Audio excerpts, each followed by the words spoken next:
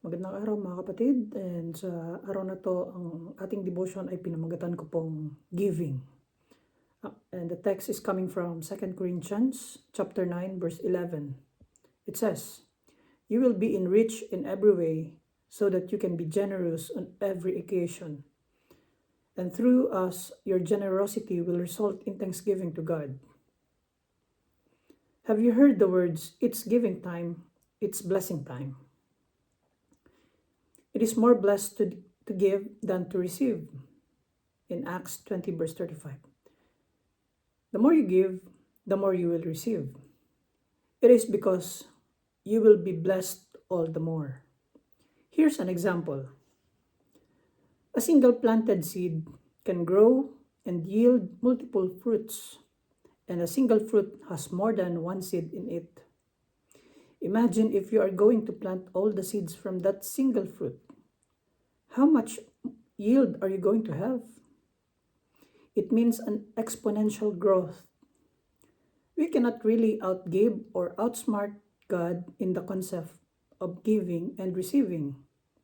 God always gives more.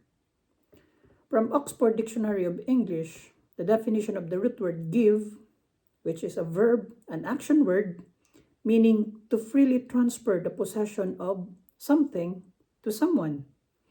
While the word giving, which is an adjective, a word naming an attribute of a noun, means providing love and other emotional support or caring.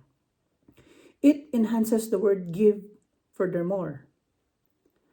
A famous quote from Victor Hugo, if you're familiar with him, he says, "You can give without loving, but you can never love without giving." On the surface, giving appears to be sharing possessions, wealth, income, and the like. More importantly, giving is sharing yourself. Giving is a most remarkable concept originating in the heart of a giving God. A God who pours forth more blessings on His people than we can ever deserve or expect. The gift of life, the gift of love, the gift of salvation, the gift of eternity in heaven. All of these are priceless. The possessions we have are generally a tangible result of what we have invested in time and energy and talent. But who we are, our character, is always a direct result of what we have invested of ourselves with God and others. And one of the great and unique promises of the Bible is that the more you give, the more you receive.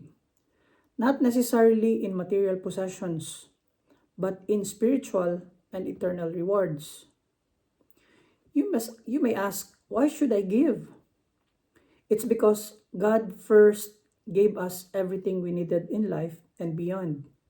In 1 Chronicles chapter 29, verse 14, it says there, "Everything we have has come from you, and we give only what you first gave us." How much should I give? You may ask.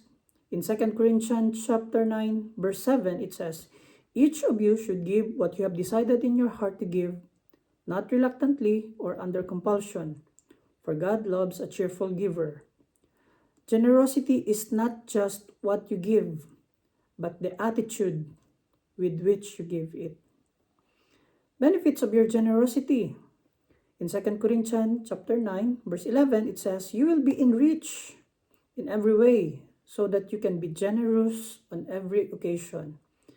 And through us, your generosity will result in thanksgiving to God."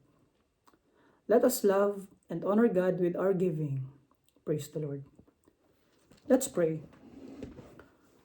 Thank you, Lord, for giving us the opportunity to honor you with the gifts you showered on us. We give because you first gave us everything we needed. With a sincere and grateful hearts, we offer first ourselves to you, and along with it is our offerings to you. In Jesus' name, amen.